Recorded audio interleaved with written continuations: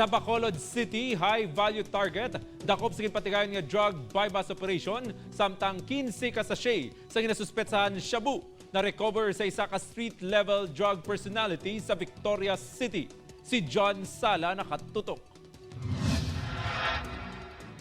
Dakop si John Paul Higino, 27 anyos, ang Barangay 19A, Victoria City matapos na intercept sa makatapos ang Victoria City Police sa isa ka parking lot sa Barangay 13 sa amuman nga syudad.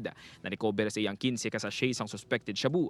Nakumpiska man sa iyang improvised tuter nga may residue pa sa suspected shabu kag 900 pesos nga mark money. May kapag-info sa kapulisan natin na merong bebenta ng illegal drugs din nga sa ibang mga driver. Kaya chinik ng tropa natin kung totoo na meron talaga. Turned out positive naman.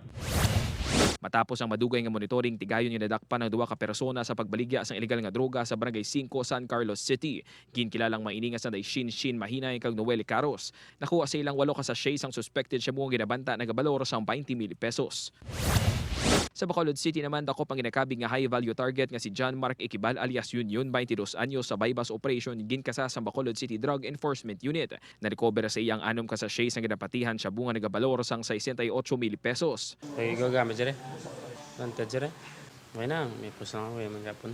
Napreso na sadto si Equibal sa parehong kaso apang nakagwa ini sang 2019 pinaagi sa plea bargaining agreement. Nagabalik man gihapon sa pagbaligya sang droga. Una bes dira wala gid sila ya sang hinahambang nato nga tutuod sila nga pagbagto. Wala sila ya ma-rehabilitate samtang ara sila ya sa BGMP. Upod kay Reynald Castillo, John Sala, One Western Visayas.